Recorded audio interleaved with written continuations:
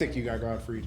Dude. They got you in. And Bruce, and Big J Everson, and fucking Gary Owens, and dude, I mean, the list goes fucking on. Dan Soder, Israel Asada, fucking UFC fighter. You're capturing the end of comedy. This is great. That's what I'm trying to. The man. last. You really feel like it's the last? It's No, coming no, to it. I don't. Okay, all right. Just fucking joking, dude. Okay, here we go. I've already kind of explained the concept to him. Can I get 5 minutes? I'm just a 5-minute conversation with you. Of course. Here we What go. the fuck?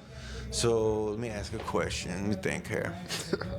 What has been your proudest accomplishment so far in your comedy career? My proudest accomplishment? Getting my first gig at the Grammys, because that was like I wasn't on the original Grammy, so I get to write for the Grammys each year, but initially I wasn't on the Grammys crew. I wasn't like part of the team, and the thing that made me get the job was I was actually literally leaving here the same time, like 5 to 6 years ago, and I was on a plane and I saw Trevor was hosting the Grammys. I saw like an ad for it, and then once I got like on the plane, I just started writing a bunch of jokes for. Were you working with him at the time? I was a researcher, so I wasn't. I didn't write anything. I would pitch ideas. I would like get an idea and pitch it to him and be like, we should do this. Like, we should talk about how the DMV is able to steal your data, but you can't. They can sell your data, but you can't sell your data. Like just like ideas and stuff like that. Okay. So that was like my job. But then I was like, also, nigga, I'm hilarious, and I've done. I'm a nigga. I listen to music all the time. Let me write some jokes. So just my vibe was like. How I pitched myself for the show, because how I pitched myself for the Grammys was being like, nigga, you know, he knew I was funny because I would always like just say jokes around the office, and so I was like, "Can I give you some jokes?" And he was like, "Yeah, I don't give, it's nothing. Down. I can't lose or nothing." He was just like, "Yeah, I'm gonna say no if they're." I'm just gonna say no. Yeah. So I was like, "Dope." Just not use them. Yeah. So there was nothing really to lose. So, but that put me on like a path of like, I just hyper locked in and was like, man, I want to become a writer. I'm gonna write these jokes, and I sent him the jokes I had, and he called me at like 3 a.m. and was like, I didn't pick up, but he called me again later at like 11 a.m. that next day. But I only say he called me at 3 a.m. because I was like, I got the job, and he was like actually impressed. He was like, he wanted to call me and be like, nigga, at 3 a.m. to be like, these are good. I'm about to fucking use these. I'm about to use these. But yeah, my proudest moment would definitely be like. Grammy. Sitting down and being like, yo, I don't even care if they use it. If I get a joke on the Grammys, that would be sick. That was like my mindset. And then they hired me for the team, which what do you call it? Domino effect of that is I got hired as a writer on the show. That's awesome, dude. But yeah, probably my proudest, yeah. So what's been, okay, that was the proudest moment. Let's see here. What was a lesson that you had to learn the hard way that you wouldn't want someone else to have to go through in the comedy career? That I don't want nobody else to go through? Well, or I mean, if you hate the person, no, fucking go through. Everybody move to New York and have poverty and go through poverty. If you think you're broke now, move to New York. I remember the conversation we had earlier where you had said everybody else did it right. Everybody from Houston that went up there, they all got jobs. Yeah, they got a nice place to fucking live. I was the only asshole that fucking went up there without a plan. No plan, no place to live. Like I had a hostel to live in.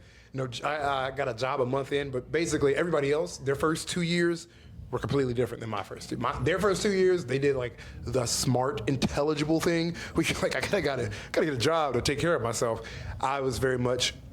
It's because I got a manager early, and I just really believed in like a dream of like I want to write, I want to do this thing. I just hunkered down and doubled down on comedy. But that came with living in a homeless shelter. Of course, fucking asking my mom and sister every day for $7, and they would get mad. They'd be like, "You're asking for crackhead amount of money, but you don't want to ask for like $10 to $15."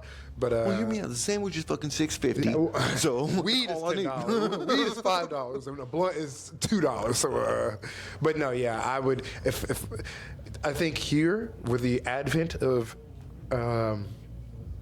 fucking social media, if I would not go to.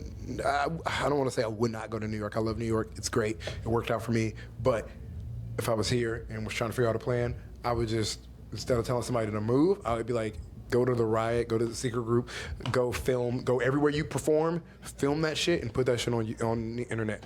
Build a YouTube out, nigga. Become a YouTuber, stand-up comedian. What I'm doing right now. That's literally what I would tell people. I wouldn't be, your location isn't what we got plenty stage time here in Houston. The better you get, the more they will give you that stage time. If you want to direct, I'm not, truly the better you get at stand up here. Like the fire people are probably getting the stage time. So like, get good at stand up, become undeniable in your scene, and Took the words right out of my mouth. Just fucking- become undeniable. And yeah, they'll book you. They'll be like, I got to get my show lit, and have you. You also have to be able to put asses in seats. 100%. Oh, here in Houston? Yeah. I mean, maybe I don't. Well, I mean, like just to get play, to get like. Oh, I didn't You know what I mean, see. like headliner play. Yeah. Okay, You got to be able. And to do shoot, that. I mean, like, I don't even think you. It's not necessarily if you want to build to being a headliner here. I think you could just be doing comics. They kind of discredit themselves writing wise. That's what I kind of, one thing I've noticed, no, not noticed, but learned, especially writing at a show, I put out a high level amount of jokes only because that's my job, requires me to. And it let me know, I have another level that I tap into. It's about knowing what jokes are. It's about like, if you give me information, I'm gonna take that information, I'm gonna find the funny thing, the clever thing, the da-da-da, da-da-da, the beats, my job is like, it isn't just, how do I say, you can, if you actually condition yourselves to writing every day, like you legitimately, not like just writing one joke, but condition yourself to writing, sitting down, hour, 2 hours, at the end of the night, don't play your video game, don't read your book, sit and write every night, for real. I promise you, in 3 months, your ass will be fire.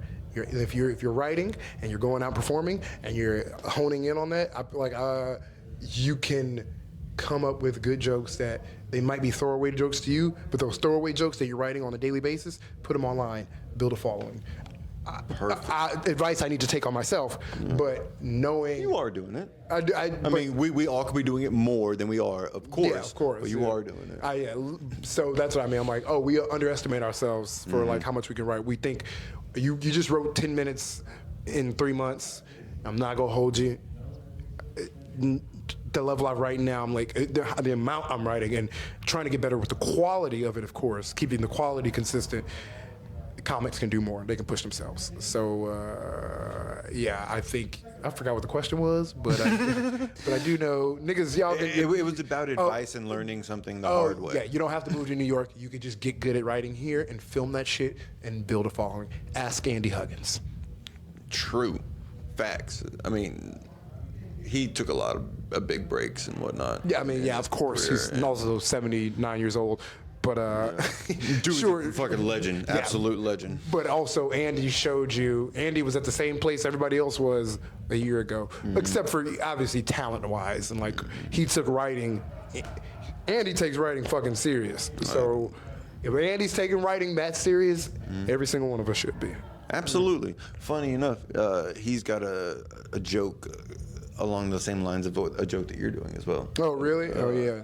Andy, I swear to God, if you step anywhere in my territory, I will beat your old... No, I'm just kidding. I'm going to push you down the flight of stairs. I will fuck an old nigga up. No, I'm just kidding. I love Andy. I'm just kidding. It's fucking hilarious. And a question I always ask everybody, what was your very first vehicle? My very first vehicle was a Ford Focus, a 2000 Ford Focus, light blue. Four-door, two-door? It was four-door. Four-door, okay. It was one of the vehicles that caught on fire.